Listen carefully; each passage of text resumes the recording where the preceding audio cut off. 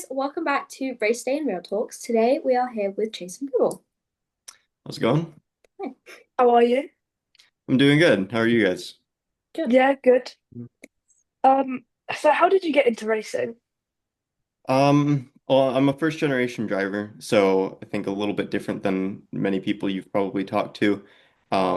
My dad was into computers. He worked on cars a little bit, but never worked in motorsports and never worked an actual car related job before.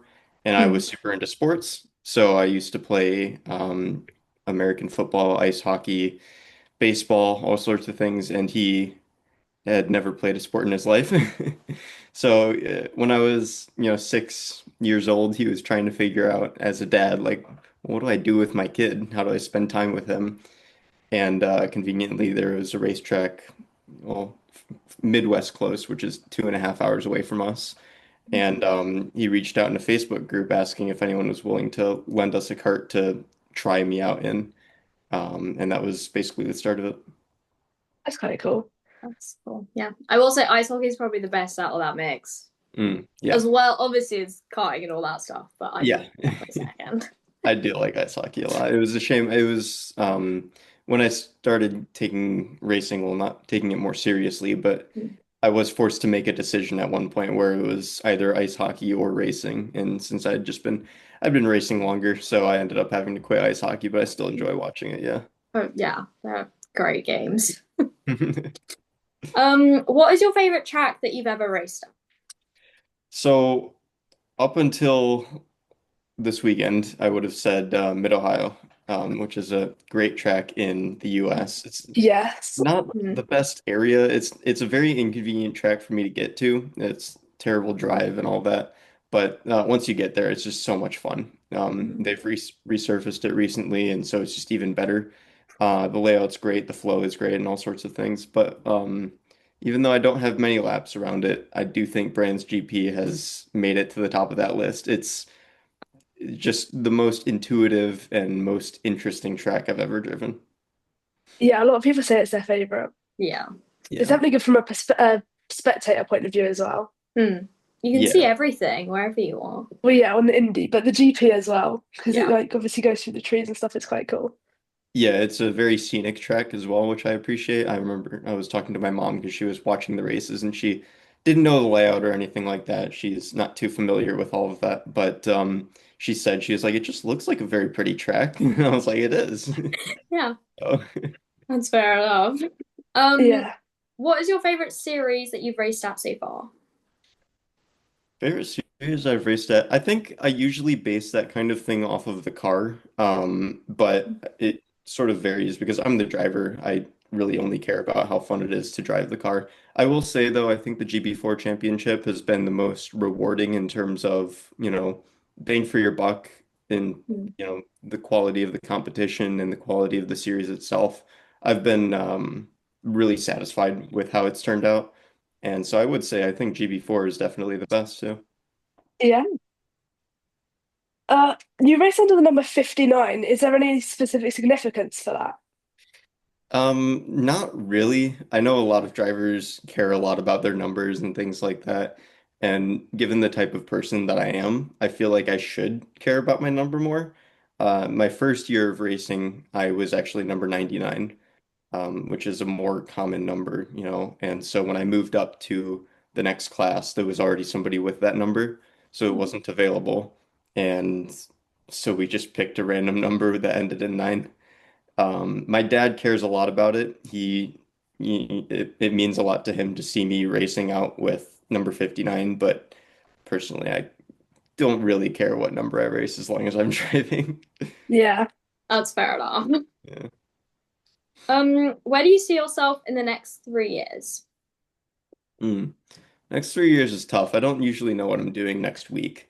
So, I'd say, as if we are to go about like the natural progression of racing, I think I'd like to see myself in either F3 in 3 years or maybe exploring some sports car areas like WEC or British GT, something like that. It seems like the natural way to progress through racing, and depending on how things go throughout the next few years, you have to base some decisions off of that. But next year, I'm hoping to move up a little bit, and then we'll see where we go from there. Yeah. Yeah. Nice. What made you decide to move from US-based Formula categories to the UK? Initially, it was mostly just the cost and the quality of competition.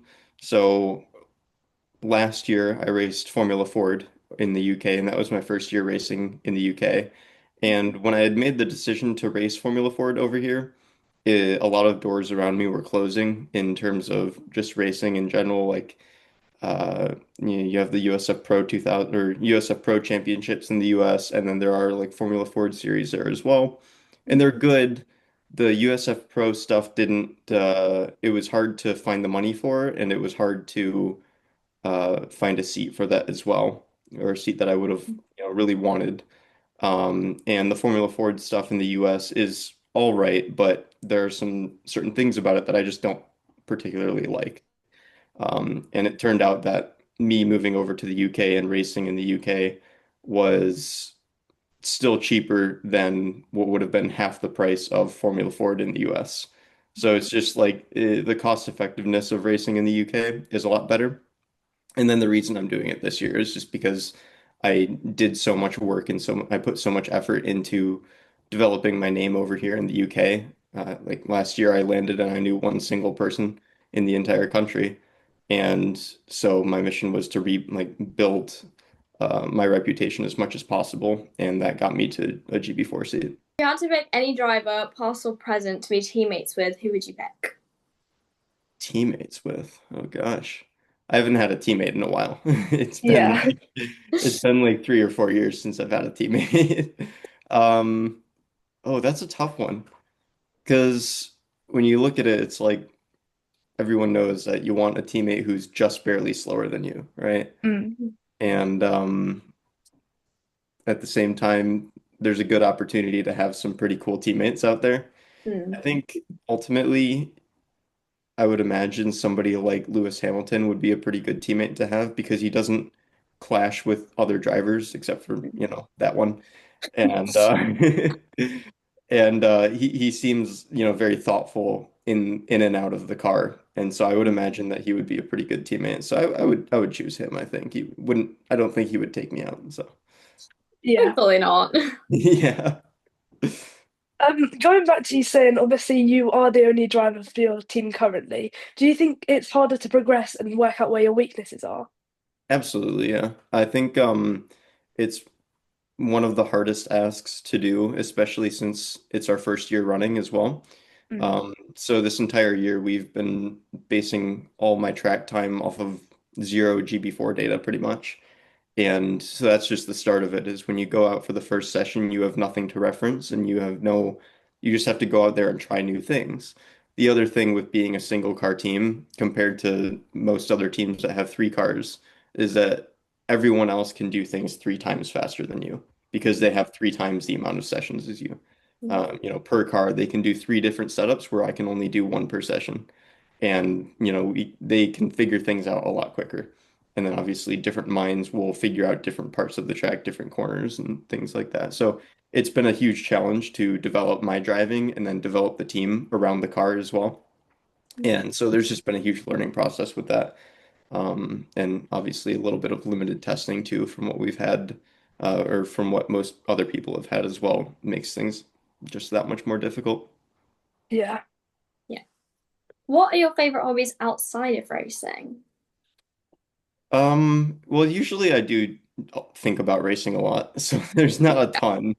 I try to, go to the gym, so I don't know if gym is really a hobby necessarily. I think I qualify that as part of my job.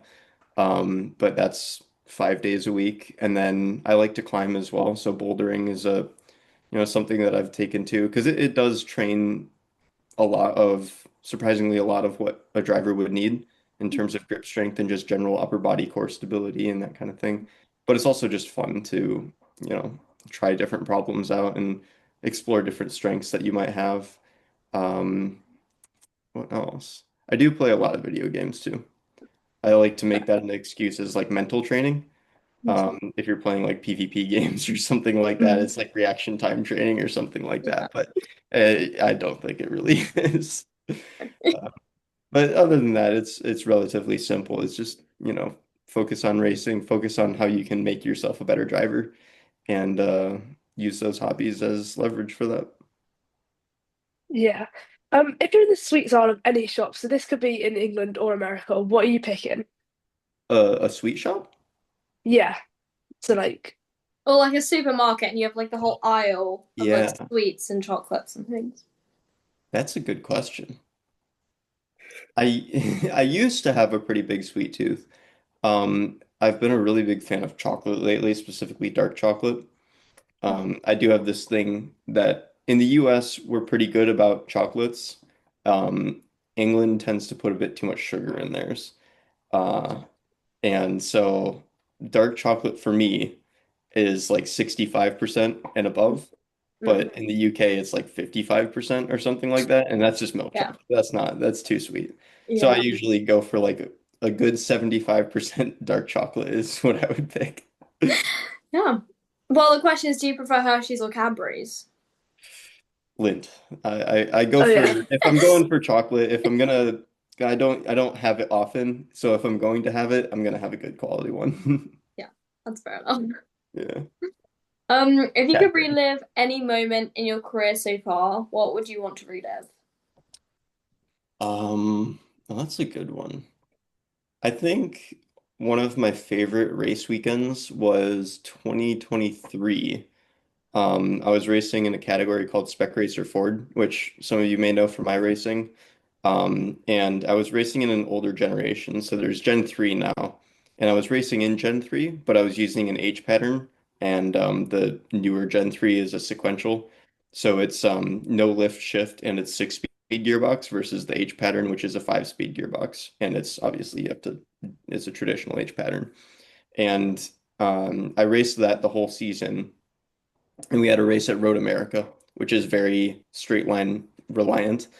And it was funny because a lot of people were telling me on the test day, they were like, "Yeah, you're because I was P1 for most of the testing, or like P2 top three, and a lot of people were telling me, "Yeah, you're fast, but you can't win the race because that uphill right before the start finish line is just you won't be able to make it up the hill without somebody passing you." And I was like, yeah, yeah, you're probably right.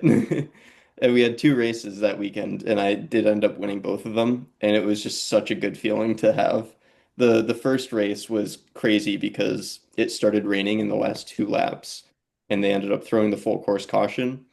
And a Mm. corner before they threw the full course caution, I was in the lead by like 10 car lengths because it had started raining and P2 had spun, and I hit a curb and the rear toe link snapped in my car. And so that happened. I'm going through the carousel like completely sideways, and then they throw the full course caution, and I'm just like driving sideways down the straightaway the entire time, just trying to maintain pace car speed so no one could pass me.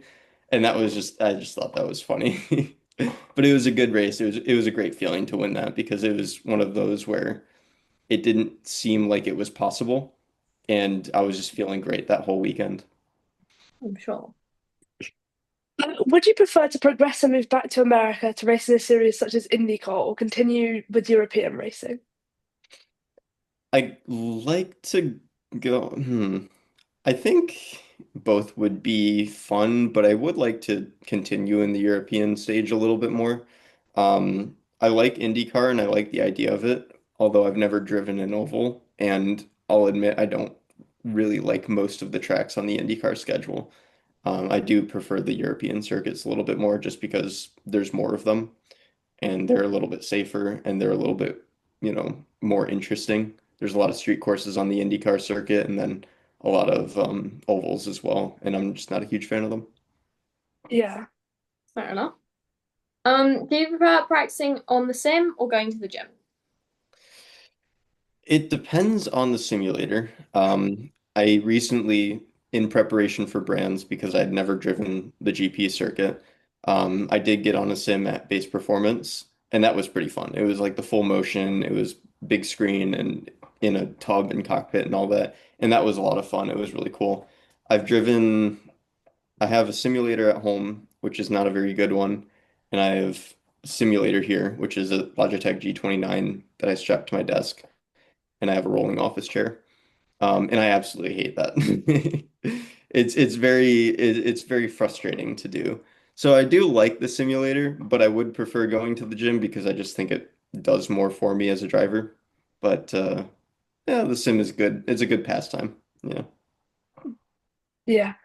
If you had to pick two drivers on the GB4 grid to sit next to on a long haul flight, who are you picking? Hmm. Long haul flight. I don't know. These are things I've never thought about before. Yeah. Now I have to try to remember the names of everyone on the grid too. Yeah. Um, Yeah, people struggle with that. I mean, yeah, on GB4 it keeps changing as well. yeah. Yeah, I'm trying to think now. Um, I don't know who would be good on a flight.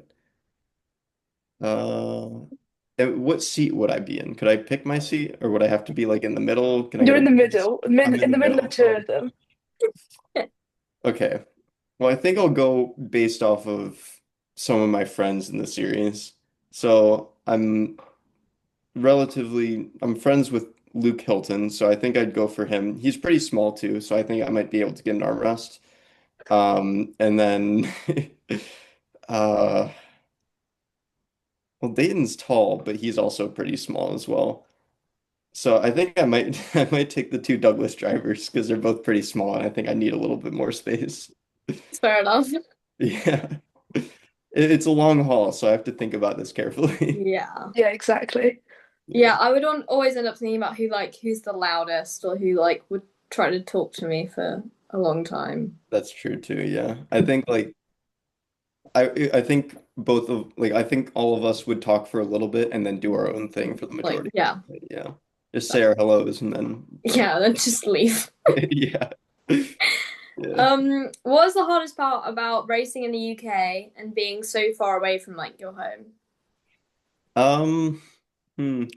I think just learning how to live in another country has been a little bit challenging. I think like by now I'm pretty well set, but you have to learn the ins and outs of life in the UK without having anyone with a lot of experience. So, if I were to stay in the US, I would know how to do things, right? Because I've been living here my whole life, or living in the US my whole life. But in the UK, just uh, it's hard to really place one thing in particular. I think learning the tracks has been another thing. So I'm throwing a lot in at once.